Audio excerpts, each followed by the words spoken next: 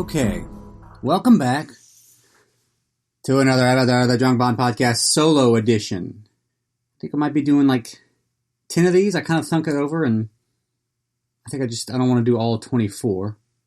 Like, who wants to actually sit down and have a good time with a drink and like talk about Quantum of Solace? I don't. I don't know about you, but I don't. And that's all that really matters.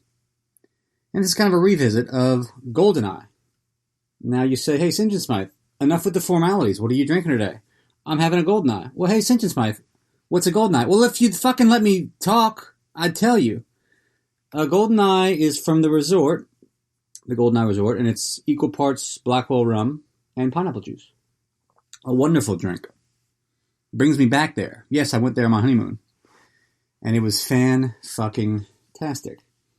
When we got there, we met the actual owner, Chris Blackwell. That was kind of cool. And had dinner in our room that night, which was lovely.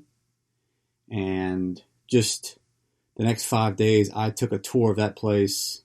Like every single day, I would just take a lap just because I loved it. And I've thought about that place every day. And I have to stop following them on Instagram because I'm like, I can't stop thinking about that place. I love the bar. I love the pool. I love the ocean. I love the Button Beach, the Bizot Bar, the gazebo. The lagoon. We stayed in the Lagoon Villa, which I recommend. Everything about it. Fucking loved it. Goldeneye was probably my second favorite drink.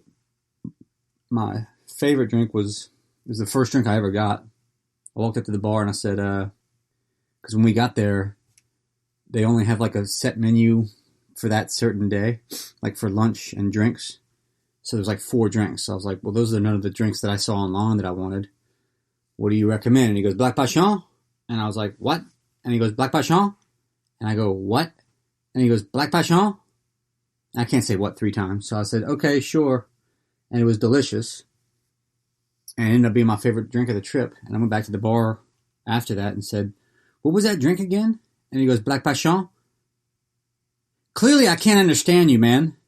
Like, say it differently. In his defense, thick Jamaican accent, and he's got a mask on. But still, I can't hear. I don't know what you're saying. I'm an American, for Christ's sake. It was a Black Passion, which is Blackwell rum, passion fruit puree, and maybe there was like some orange juice or lime juice or something. Fucking delicious. And you want to talk about a wild goose chase, go try to find some passion fruit puree somewhere. Because I've been having no luck. And I'm actually drinking this from the Bizot Bar glass that I bought from there. Last weekend I had on the Goldeneye shirt. There's been a lot of Goldeneye stuff lately. And today we'll be discussing Goldeneye. It is freezing cold where I live, South Louisiana. So I figured, hey, I'm going to watch the 2 freezing cold Bond movies on Her Majesty's Secret Service, which I just finished. And after this, I'm going to watch For Your Eyes Only. For Your Eyes Only, darling. Not the most fun Bond movies ever. On Her Majesty's is a good time, but I don't know about For Your Eyes Only. But I'm watching it nonetheless. And they actually connect with Tracy, so, you know, win-win. So let's get to the movie. 1995, this was after Dalton's shit show. 6-year gap there, all kind of troubles with MGM, or, not MGM, but the licensing and everything, and I don't know. I'm going to leave that to the attorneys to figure out. Not some drunken jerk-off podcast host. I'm not going to be able to figure all that out. You go read the books. You figure it out. What's his name just did a great book on what Dalton's 3rd and 4th movie were going to be. And just the forgotten Bond idea that they never used. I highly recommend it. So check that out if you want to figure out what happened in the middle there. Or what Dalton's 3rd movie was going to be. Was it going to be Goldeneye? Was it not? You know. You go read that. This is not where you come for a lot of information. This was kind of the first time we got the closest thing we were going to get to like maybe a reboot up until this point. Now reboot is just, it's all you fucking get. I mean, how many times do we have to see Bruce Wayne's parents get killed? How many times do we have to see Spider-Man get bit by that fucking spider? Does anyone even like Spider-Man? I don't. I mean, how many times did those movies have to fail and they're like, okay, we're just going to start again? What's going on that field trip? They're not following the rules. Get bit by a spider? His stupid parents are dead, or I don't know. I don't know what happened to them. All I know is what's her name? Aunt Baru. What is it? Aunt May. We went from like an old lady like on her deathbed to Marissa Tomei. That was a nice little change they made. But who actually likes Spider-Man? He's a fucking dork. Oh, hi, Mary Jane. Oh, gee whiz. Oh, shucks. I'm Peter Parker. Hey, can I get a smooch? No, go away. Nobody likes you, dude. It's enough. But we're not here to discuss Spider-Man today. We're here to discuss Goldeneye. So we start out with Pierce's new gun barrel. Not crazy about the CGI gun barrel. I just gotta say it. But Pierce's gun barrel performance is the best of all the Bonds. That's right, I said it. And we cut to our PTS. He's running on that dam. One of the best stunts of all time, that bungee jump off the dam. Apparently something with the wind that day, like they had to wait for a long time to get it right, or he was just going to splat on that dam, which I kind of would have liked, the behind the scenes, if we'd actually had a dead stuntman. Dead stuntman, that's just fun. Those are fun tidbits. And I would have included that in the fun facts at the end of this podcast. But no, he had to survive, and now we don't have a fun fact. You feel good about that, stuntman? Couldn't you just sacrifice yourself? So we get Brosnan's reveal upside down, which I enjoy. In the bathroom, we see some bare asses, couple dicks, couple ball sacks. He's roaming around the facility. He's laughing. He's having a good time. See a butcher there, like cutting up a slab of beef. How many soldiers are there that you need that many? That you have to slaughter an entire cow to where you need to bring in a butcher. That's how much beef we're eating in Russia right now. And he meets 006. First time pairing with another 00 agent, which is fantastic. I wish they'd do it again, as long as the other agent doesn't take over. It's a James Bond movie, for Christ's sake. It's a 007 movie, not a 00 jerk-off. But, again, it's another example of an ally not acting like an ally at first. Pulls a fucking gun on James right in his face. You know what he's been through. You know he can get himself out of some hairy situations. You really think it's smart to just put a gun in his face? Speaking Russian talk? That triggers that PTSD in Bond's head when you start speaking Russian. He's gonna murder you. He's gonna murder you right in the face. But no, it's not a Russian. It's Alec Trevelyan. It's his buddy, 006. All's well. We can laugh again. We can cry. We can smile. Back to your popcorn. It's alright. It's not going to be alright for long, but it's alright for now.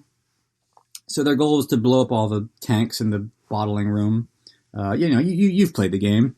And alarm goes off. All those soldiers surround them. They're fucked. So basically at that point it's like, alright, we came here to blow up these tanks. We're going to blow up these tanks. And I guess Bond maybe has a soft spot for Alec, because when he's held hostage and about to get shot, you have 10 seconds to come out or I'm going to kill him. Bond drops his gun and comes out with his hands up. All right, we'll try to get out of this together. And then Orumov shoots him in the head and kills him. And Bond's like, fuck. More on that later. That's going to come in handy later. That act of, okay, it's me and Alec together then. All right, now my buddy's gone. It's just me versus all these soldiers. I'm fucked. Let's blow up these tanks right now, and I'm just going to make a run for it. And that's what he does. And he does it well, and he manages to escape the facility. Again, I think we discussed this last time. I don't know when Alec was in on it, when he turned. Were the blanks in the gun? Did he shoot behind his head? I mean, he shot that soldier, so I don't know what that was all about. Did the soldier not actually die? Who knows? After, you think Orumov's like, you're on my side, right? Yeah, we talked about it. Yeah, well, you shot like 20 of my guards, of my men. What was that all about? Well, I had to sell it. Okay. Well, you sold it, because now a lot of people are dead, and I gotta go to 20 fucking funerals. So, thank you. I just pray to God Pierce got out of there in time to get the invincibility cheat. That's all I can hope for. Or was it invisibility? Was invisibility archives? I just got the invincibility cheat on the game for the first time in my life. It was the last thing I'd never gotten. And I tweeted about it. And Dr. Doak himself, David Doak, commented on it, retweeted it. Nice little back and forth. We're friends now. We're going to start traveling together. It's going to be great. We'll send y'all a postcard. So, Pierce escapes on that motorcycle. He gets on it, he gets off it, he gets on it, he gets on the plane, off the plane. great. This stunt at the end of it was the coolest thing ever when I was a kid. Him diving off that plane. Martin Campbell and Famke Janssen, whatever, Yanis, just gave a commentary on IGN. And he was saying how they just did that like 8 times. They just drove that motorcycle off a cliff. And the dude was like, so some poor prick had to go pick up 8 trashed motorcycles? And Martin Campbell was like, yeah. Send an intern down there. Hey, go pick up all that shit. Really? You don't want to just leave it? Like, no one goes there. It's the bottom of a mountain. It's like a cave. What did I just say? Well, I'm going to have to go, like, spelunk down there. I don't give a shit what you have to do. I'm the director, and you're whoever. I don't know your name. I'll tell you what your name's about to be. Some nobody that just got fired. Jesus. Typical 90s girl intern from NYU, all feminist. Can't be bothered to go spelunk down 3,000 feet by herself and pick up a half dozen motorcycles. About to bring her back to the golden age of Hollywood when I spelunk in her face. Sorry. So we cut to the title sequence. Bond flies away. He's all good. This title sequence, I think, is my favorite one. It's such a difference between License to Kill and Goldeneye's title sequence. They came a long way with the technology here. And I don't understand why this song is not ranked higher. I love this song. I think it's number 2 on my list. Behind the Spy Who Loved Me, or Nobody Does It Better. Love it. And so we cut back to the movie. 9 years later, Bond's in the DB5. This is before the DB5 was overdone. And he starts getting in that race with Xenia. Horrible song. More on that later again, but Eric Serra's score. The Next Girl. Terrible. He's in his car with that psychologist there to like evaluate him for whatever reason. So they have a nice back and forth, her Ferrari and his Aston Martin, and they're drinking, they're driving, they're breaking the law. A lot of things that aren't good to do. One good thing would have been to kill all those bikers. I mean, who likes a biker, honestly? How many times you drive on the road and you see a biker and you think, what if I just give him a little nudge? Just a little, just to let them know, just to remind them who the king of the road is. Em, I'm going to need you to help me dust up a little matter. Oh, what happened? I killed, like, I don't know, 40 cyclists. And I just took off pretty fast.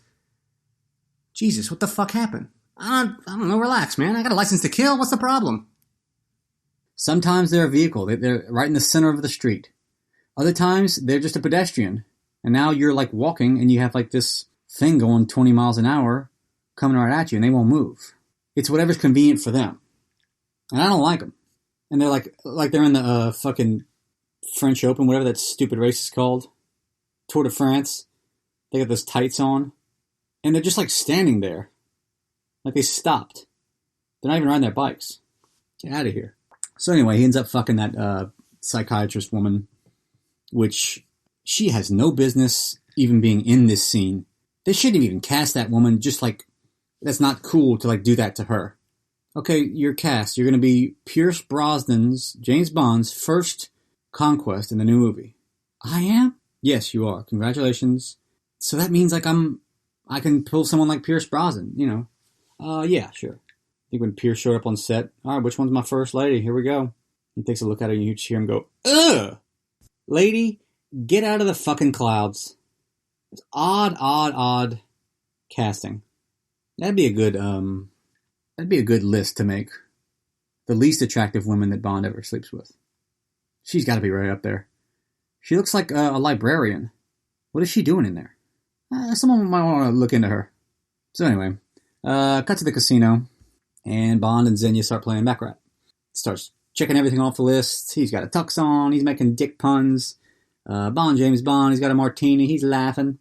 Best the villain in cards. No one knows what they're doing. No one knows the game of Baccarat, but it seems like they're enjoying themselves, and it seems like Bond's winning. I didn't know what Baccarat was when I was a kid. I just knew I wanted to have sex with Xenia. And they start chatting, and I like how she calls Russia the land of opportunity. I've heard Russia been called many things. Never heard it called that. And he discovers that she's linked to Yanis, this crime syndicate. And the boat that she gets on with this admiral or whatever is like a front for Yanis, that crime syndicate. So she fucks that admiral, and someone comes take the ID. we never even like really find out who that is. Because it shows him with the gloves, taking the ID out. And then later, you show him showing his ID with those gloves. So it's the same guy. But like that's not Ormov. I don't know who that is. Anyone, that bother anyone else? Can anyone hear me? So the next day, she ends up killing that admiral. And the next day, Bond goes in that boat. I like the power way he opens that sliding door. And it's just a downright sensible double-breasted blazer. A DBB. Double-breasted blazer. Sees him dead and gets in a fight with that just random dude. Why he's just attacking Bond just straight up, I don't know. But the towel whip is so great. And me and my my co-host who's not present today, we got to laughing about that scene with Pierce whipping that henchman with the towel. We got to laughing about that on a dance floor one time. We were like standing right by the band and we were talking about that. And we were howling laughing. And we started imitating it over and over and over. And I imagine the band must be like, you two motherfuckers, get the fuck off the dance floor. You're bothering everybody. You're bothering us. You're bothering everyone that's trying to dance. Y'all are putting all y'all's might into these towel whips. And then you'll laugh for 5 minutes straight, and then you'll do towel whips again, and then you'll laugh for 5 minutes straight, and then you'll do like over and over and over. Are you two retards? Can someone throw these dudes out of the bar? Maybe it's a little obnoxious, but it was funny to us. So Bond goes to the boat the next day to try to stop Xenia and that whoever that dude is from stealing the chopper. They kill the two original pilots. If I was one of the pilots and I knew that Xenia was going to kill me, I wouldn't even care. If she's luring me in to have sex, I'd be like, all right, well, it's just a risk I'm going to take. I know I got a mission like right now, but there's an attractive woman and I'm going to go have sex with her and I don't care what happens to me. Which kind of sums up a guy's brain in a nutshell right there. I don't care what happens to me. I'm going with this woman. I don't care if I die. I'll deal with that later. Exit strategy later. So Bond starts sprinting onto the boat. All the police officers stop him, and sure enough, they drive off. Maybe yell something. Maybe I'm British Secret Service. Or maybe, hey, they're stealing that helicopter. You check their credentials again? They're stealing that helicopter. Don't just be silent. He never even says anything. Sure enough, they fly away.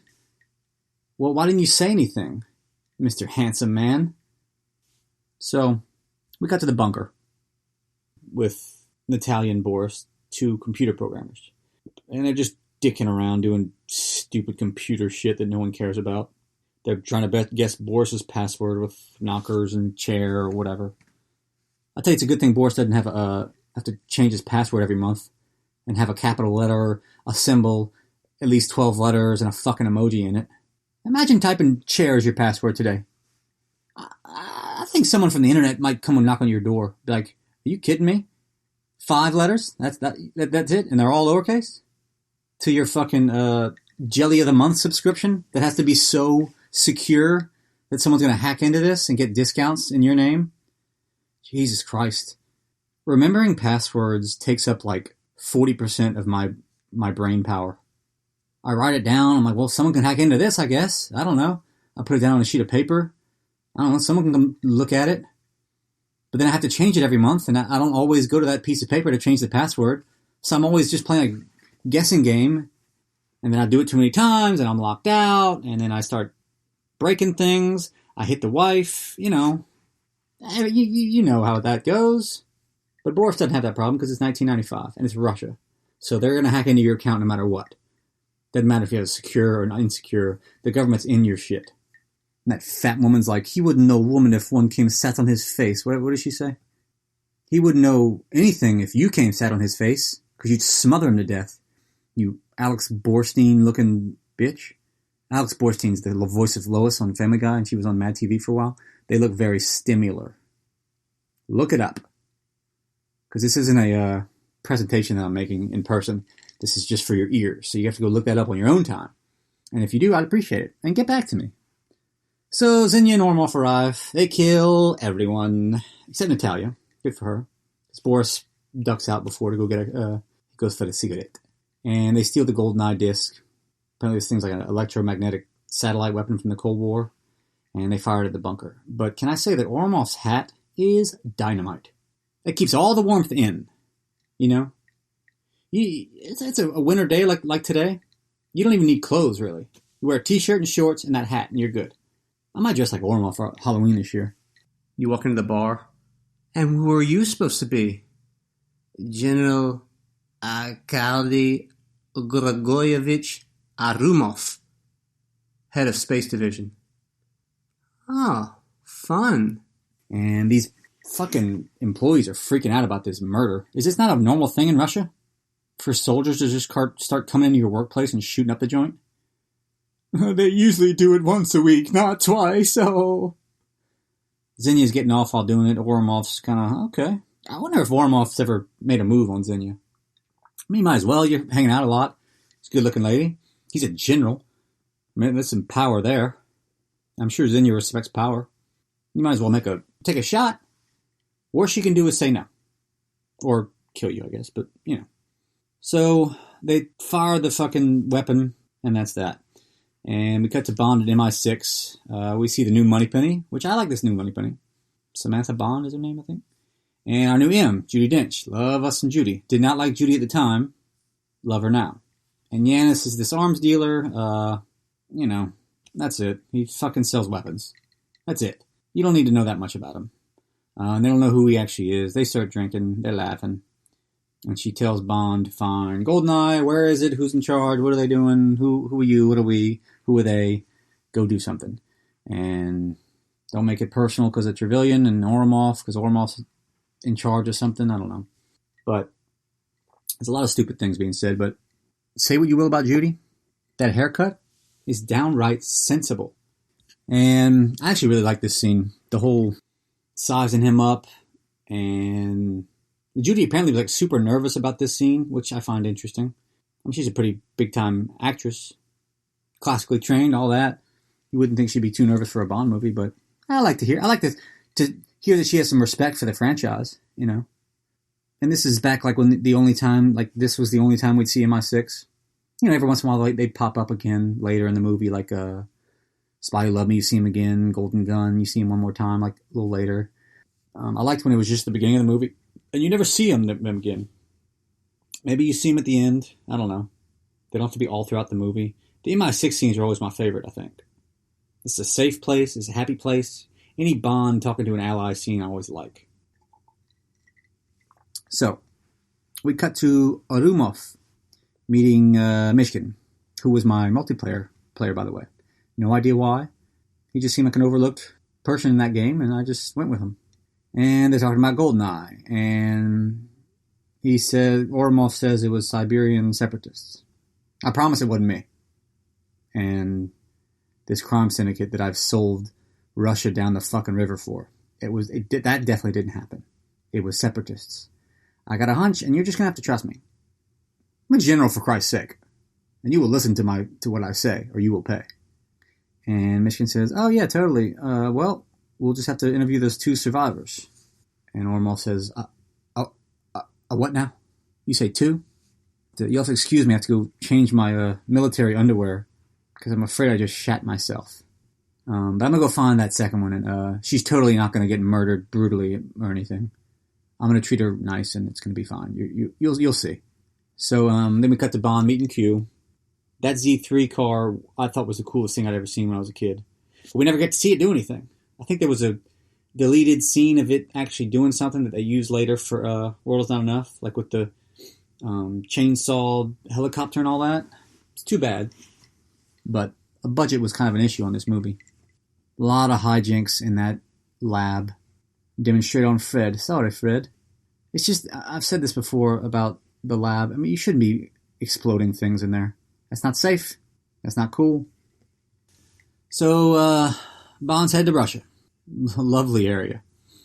And he meets his contact, Jack Wade. And says, contact Valentin. He's Yanis's competition, and he'll point you in the right direction. You'll see, try to get to the bottom of all this. When he meets Jack Wade, like, there was a deleted scene about gardening.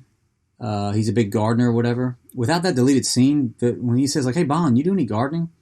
That scene makes no sense anymore. And how about be a fucking professional, too? You don't see his contact from Russia with Love ignore his like little passcodes or whatever. In April, London's a spring month. I mean, dude, like, it's life and death here. Do the back and forth. We're trying to fucking kill terrorists here, asshole. And I don't appreciate them making America look so bad. Like we're obnoxious, ignorant people that don't know what the fuck we're doing. How about we're bankrolling this whole thing? I like how Michigan later thinks like the Brits did it.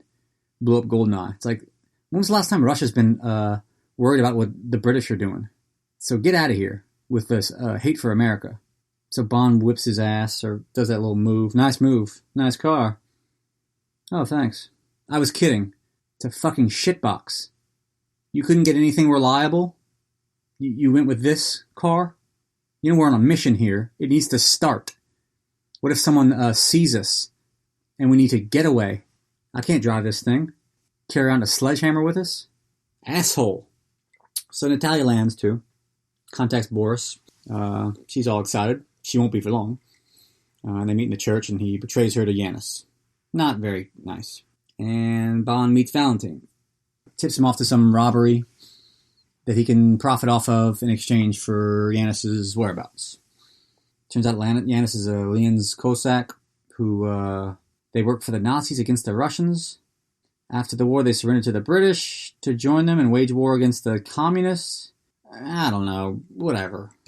The British betrayed them, basically, and sent them back to Stalin, who shot them all, as he tended to do. It was kind of Stalin's go-to move. That's kind of all he knew. What are those people doing here? They're just, the British gave it to us. Okay, you can kill them all of them, everyone, kill them all. Okay. Hey, what are those people doing on the side of the road? I don't know, Joey. I think they're just walking. They're just walking to go get lunch. One of those guys looked inside this car. You think he's an enemy? Nah, man, I think he's just walking to get lunch, go and get a Russian sandwich. You think he's an enemy? You think he's a dirty capitalist? Maybe. Okay, murder all those people that he's with, and go ahead and murder his whole family too, and everyone he's ever known. Just to be safe, guys. You know the old adage, better safe than sorry. And if you murder everyone, you don't have to worry about that. And by the way, you'll all be dead soon too. So we got to Bond swimming. In between this meeting and meeting with Yanis, Bond says, I'm gonna go for a little dip in our pool. I read the brochure, and I heard it was pretty nice. So I'm gonna go for a little swim. And Xenia says, you know what? That sounds like a good idea too. I want to go for a swim. Well, they meet, and Xenia never looks better in that robe. And they have this fight, which apparently she, broke her actual ribs during this fight. He finally gets the better of her. Give that guy a concussion, the likes of which you've never seen before, hitting him in the head with that pot. Whoever is the sound effects supervisor on this movie, bravo for the noise it makes when Bond hits that guy in the head with that pot. It's like that dude, X-Force, whatever that guy in Living Daylights that fights Necros, when he gets hit with that cast iron skillet. Dong! It's just always funny to hear someone get hit in the head with a pan. So Bond gets the best of him, and he says, take me to Yanis. Take me. Do it. And they get there. Once again, the pleasure was all yours. And that judo chop is from the fucking heart. Never see Pierce get so mad as when he chops her, and just pure disgust comes over his face. So he searches the statue. Yanis is revealed as 006. Gasp! So his parents survived the murders of Stalin. I have no idea how, because ain't nobody surviving over there back then. And MI6 figured he was too young to remember, which just seems like an oversight. And his dad, the fucking psychopath he was, killed his mom and himself. I don't know why he didn't kill Trevelyan too. Just bet it off to leave him on his own. So that's a nice little ending to their life. And Bond doesn't seem... at first he's like, I trusted you, and then, that was about it. Bond doesn't seem to give a shit that, his best friend just betrayed him and the government. Am I supposed to feel sorry for you? No, you were supposed to die for me. Well, dude, what do you mean I'm supposed to die for you? I surrendered, and I was coming out of those gas tanks, put my gun down, put my hands up. All right, me and Al can get out of this by ourselves. Let's do this. and then they shot you in the head. What the fuck was I supposed to do? I'm sorry about your stupid, stupid parents and how dumb and dead they are. That's not my fucking fault. If you're mad at the government, cool, but like, what did I do, asshole? You know what? I did know your parents. I met your dad, actually. You did? I did, yes. He was acting very cowardly. He was walking around one day and he said, you don't know me, but don't tell my wife or my newborn son, Alec, that I might be a homosexual, closet homosexual. And then he said, fuck it, I'm going to kill everybody, and left. And not long after that, I heard of a suicide and murder. So that must have been him.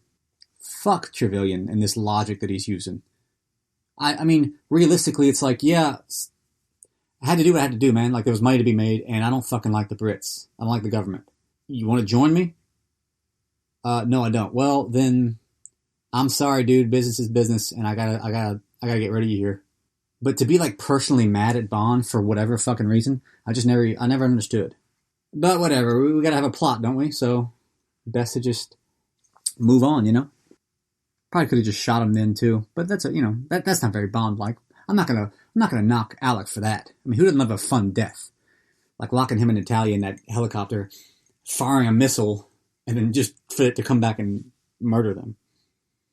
Bond gets out of it. Just seems like another big oversight, putting that ejector seat button, I don't know, 2 inches from Bond's head. And they escape. And Natalia wants to like tell Bond to eat shit.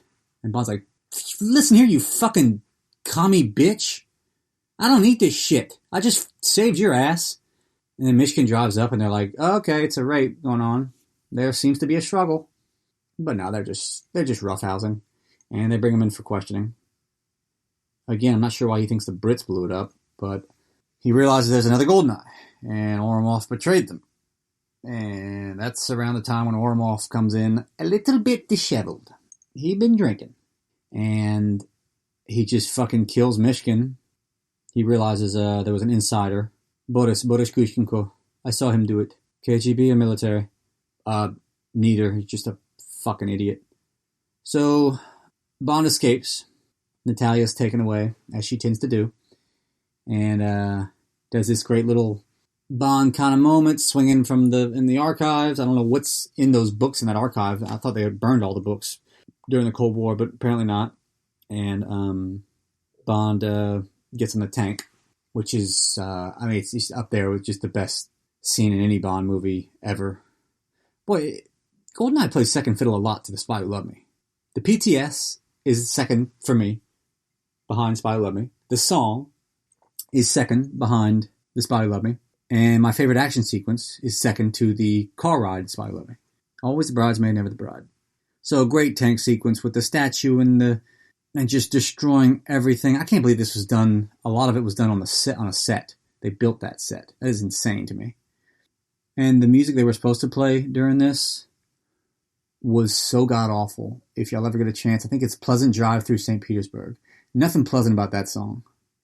And during that commentary with Martin Campbell, he actually talks about it. This dude's like no bullshit.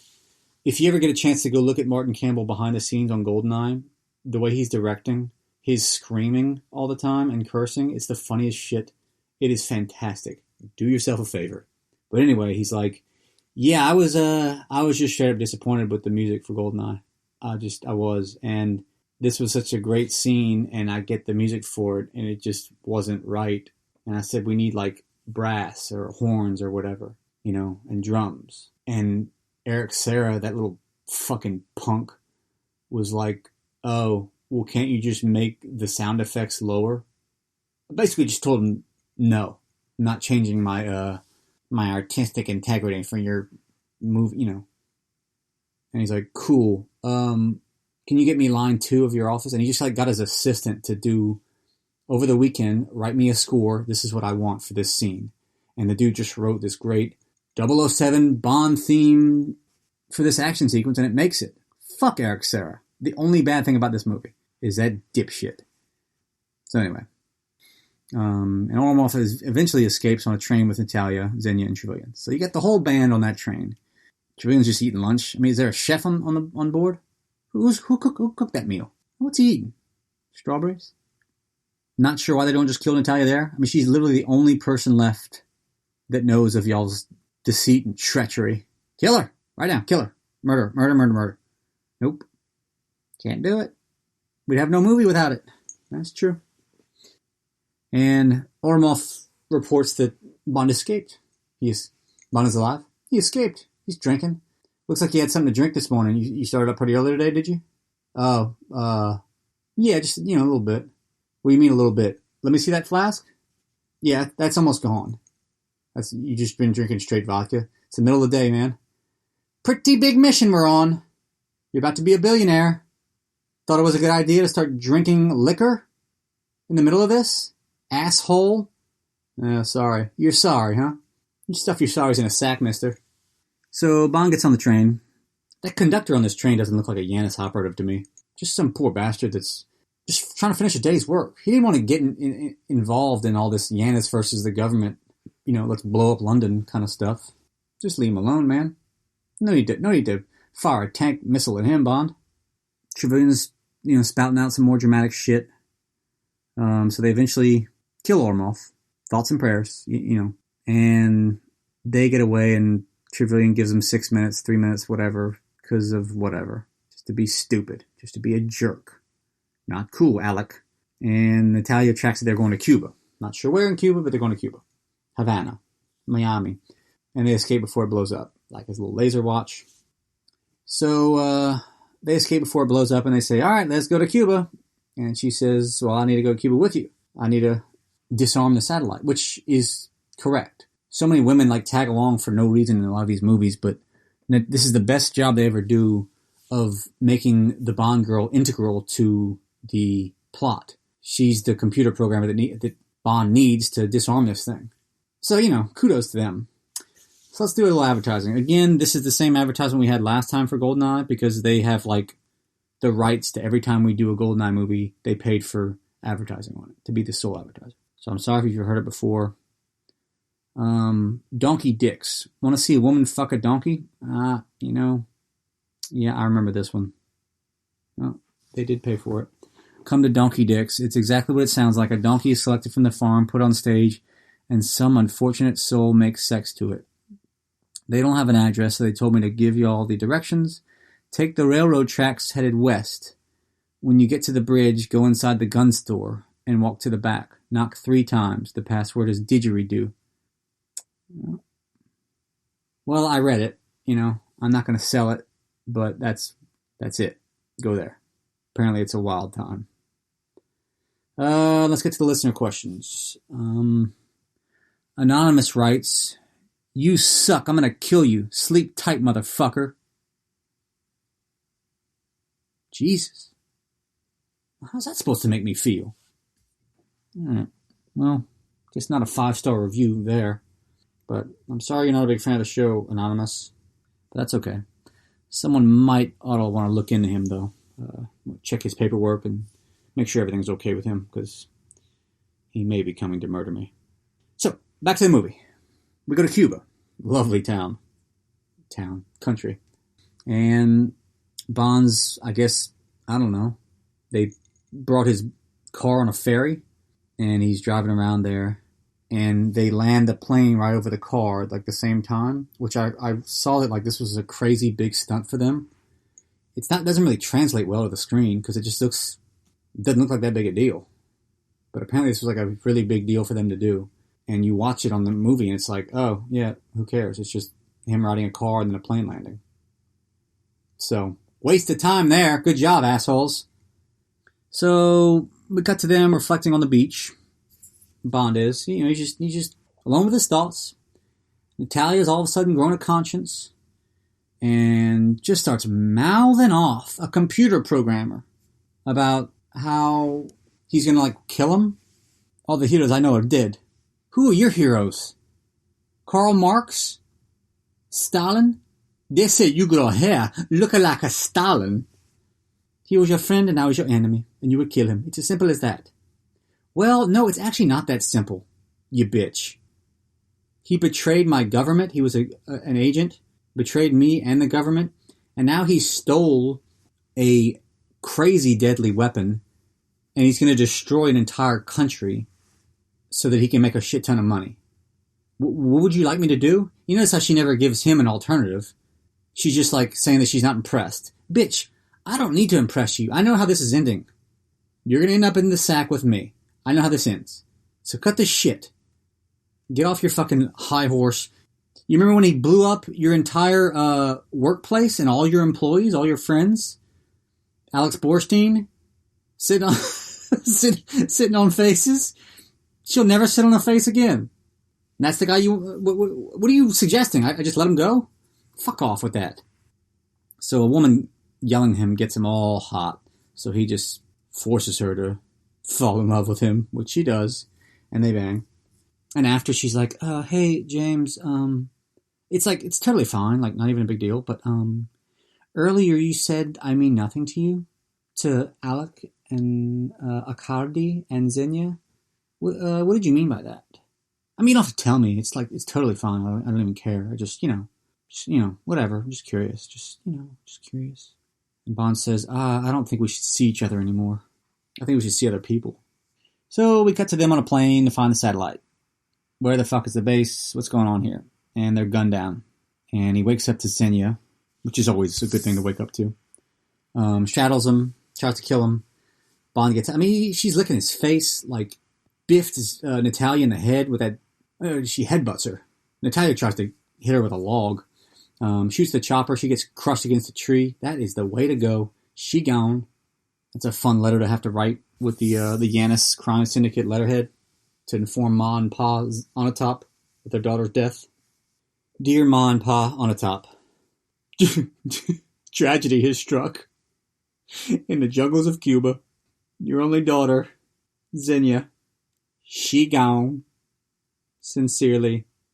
P.S. She died doing what she loved, because I hear she always did enjoy a good squeeze. What is that, a fucking joke? Kidding me? It's our only daughter. I'd like to see the Marines going through this whole thing, like trying to figure out what happened, because Bond doesn't fill out like paperwork or fill out a report. It's not really his thing. I come over, I do awesome stuff, and then I leave. It's kind of what I do sexually too. I come on by, I do awesome things sexually, and then you never hear from me again. So the Marines have to go like sift through the debris. They're going through the jungle like, okay, I see a prop plane crashed. What happened here? Okay, and there's a chopper right here crashed. The fuck? Oh, and a rope attached to said chopper that's tied to a dead woman in the tree. What the fuck happened here? Good thing we don't give a shit about Cuba, or we'd have some apologies to make. Prime Minister has to call Castro. Now, Fidel, do you remember how we always used to talk about if something would happen with the bomb? The bomb, Fidel. The Goldeneye weapon?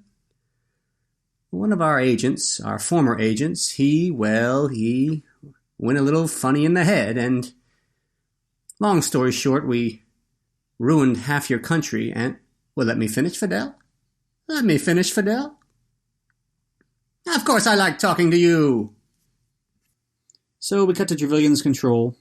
Him and Boris are, like, fighting all the time. And then we reveal that the satellite is underwater. But I want to talk... What's with Boris's fucking attitude? Where does this confidence come from? I'm praying that Trevelyan just pistol whips the piss out of him one time. And he's like, what was that? You fucking nerd? I didn't hear you. What's that? As he's just unconscious. Well, now we can't fire the weapon anymore, boss. I don't care. Worth it. That dude was getting on my freaking nerves. Fucking dork. So Bond and Natalia infiltrate the control. They plant some mines. Natalia's trying to hack into the system to disarm it or change it to something. I don't know. Trevelyan captures him pretty quickly. I got Trevelyan, he's like, did all those martinis silence the screams of all those men you've killed? Well, that's assuming that I feel guilty about that, which I do not. So what's your next one? Or silence all the screams of all the women you failed to protect or whatever? How does he know about all these women? Were they like at a bar after hours? Yeah, so what about you, James? I'm sure there are a couple women over the years. Oh yeah, there was this countess one time. The guy who I thought was the villain, he was with her. I met her at the card table, and they got into a big fight, and I just drove her home. She just lets you drive her home? Yeah, it was awesome. And we just ended up banging right there. Holy shit. Yeah. So that was pretty cool. And then we went for a walk on the beach the next day, and one of his henchmen tracked us down. Holy shit. Yeah. I got away, but they ran her over doing full speed, and she took a header off the windshield and she died. Jesus, seriously? Oh yeah. Wow. Yeah, and there was another one, Jill Masterson, so hot. I walk into her, Goldfinger. He was helping her. She was helping him winning cards. They were cheating, and I was after Goldfinger, so I went in his room, and she's just laying there in her underwear or bikini. So hot. Holy shit, really? Oh, yeah. So I turned the tables on Goldfinger, fuck with him, and then I fuck his girl in my room drinking Dom Perignon. It was goddamn awesome. Holy shit, that's fantastic. Yeah, but then I went and get another bottle of Dom, and one of his henchmen knocked me out unconscious, and then killed her, suffocated her to death by covering her in gold paint. What? Yeah. Pretty fucking diabolical. Jesus. I don't think I want to hear any more, man. Yeah, so Tracy, this woman I married, you were married? Briefly. Happily ever after, I retired from the service. Right after that, we're driving our honeymoon, and one of the henchmen for Blofeld, they just shot her in between the eyes, and she died 30 minutes after we got married. Okay, you know what? I don't want to hear any more. Let me just assume all the women that you're with, they're cursed. So, Natalia fucks with the computer. I don't know, again, why they don't just kill them right there. So many times they've tried to kill them, and they have them just standing there. Like they're down the home stretch here. Murder them, kill them. It's over. They do kind of need her to get the codes, but then Boris is like, well, I can crack her codes. Well, get on with it. So his plan is to rob the Bank of England and set off the Goldeneye, and it erases all the financial records, and they won't know that he stole it all. And then, I don't know, just do a bunch of shit after that.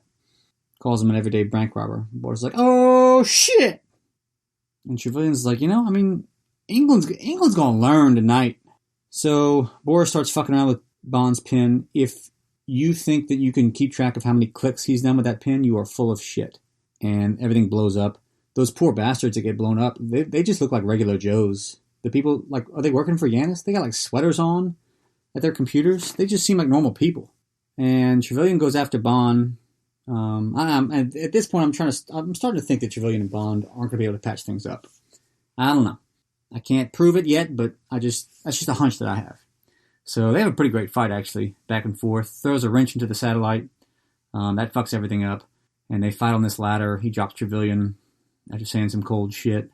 And the satellite gets blown up somewhere over the ocean. Bond saves the day.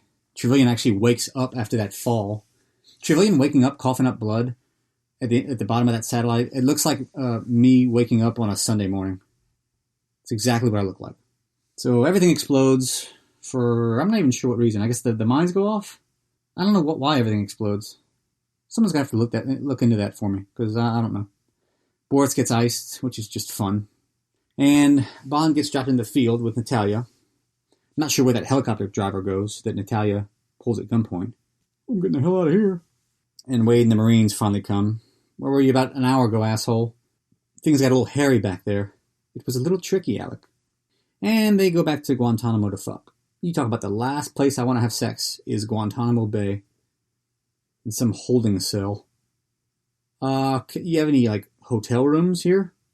Cuba used to be a nice place. I know the elites, they're staying at a nice place somewhere. Can I go have sex there? And we get to the end credits with this horrifically offensive song. What is it? Mysterious Love? Something about love. I don't know. And I don't care. But I do care about this movie. The song and Eric Serra, really, it's the worst part of this movie. And I didn't think that a score could affect my love of a movie, but you put a John Barry score over this movie, fantastic. Tom Arnold? David Arnold? Yes, Tom Arnold scored Goldeneye, yes. David Arnold or John Barry, fantastic. Eric Serra, well, fuck yourself. Huge success. I can't believe how budget it was. Like looking at the behind the scenes and like reading into it. I mean, they basically Bond hadn't been around for 6 years, and you have a TV star who hadn't really done much. He's your star, unproven. And their budget was pretty low, and like, this was not a slam dunk. The Cold War was over. They had no idea how this was going to go. So it was funny reading like all the corners they were trying to cut, just trying to save a shit ton of money, because it might have all gone up in smoke. Which I think makes for a better movie when they kind of go a little more basic. It doesn't have to be so fucking huge. You don't have to spend $350 million to make a great movie. So, you could learn something from Goldeneye.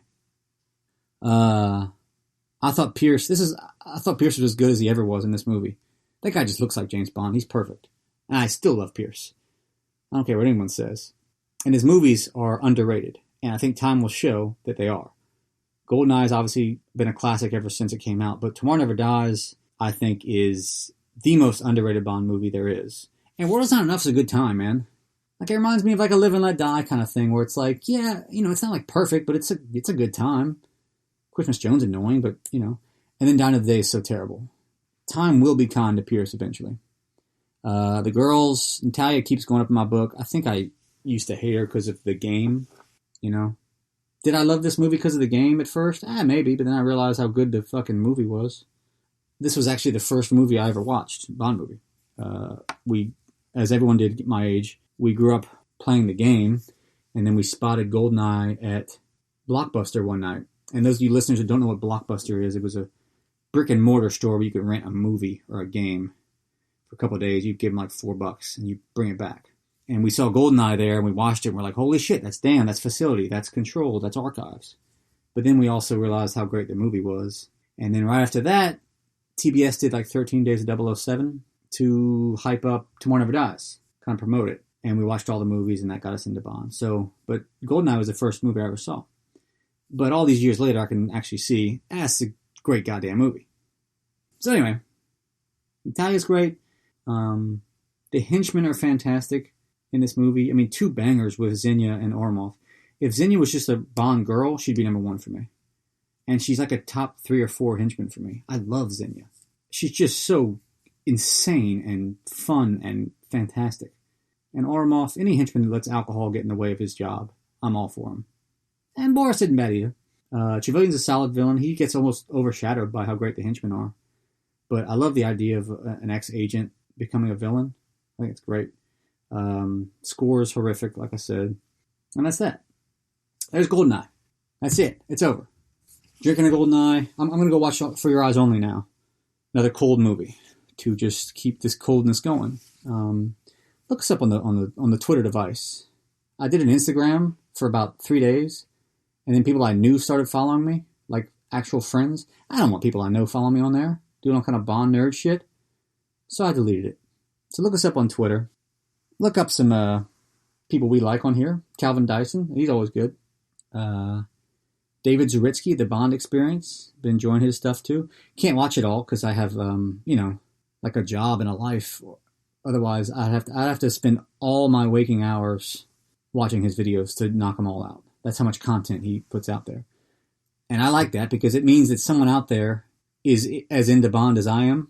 Before I got on Twitter and all that, I just figured I was just an annoying friend that was always talking about Bond and no one else wanted to talk about it. But turns out I'm not the only one. People like David Zaritsky, Calvin Dyson, they're into it as much as I am, which is nice. Just comforting. Makes me feel better. And speaking of Goldeneye, they that Reloaded, the remastered version just leaked out online. That is fantastic, and it makes me angry that we never got it and probably never will get it. But take a look. It's the Goldeneye XBLA something, I don't know. But it's pretty cool if you want to check it out. I'm not sure what we'll be doing next. Probably a Roger movie. Because who doesn't love Roger Moore? Alright, that's all I got.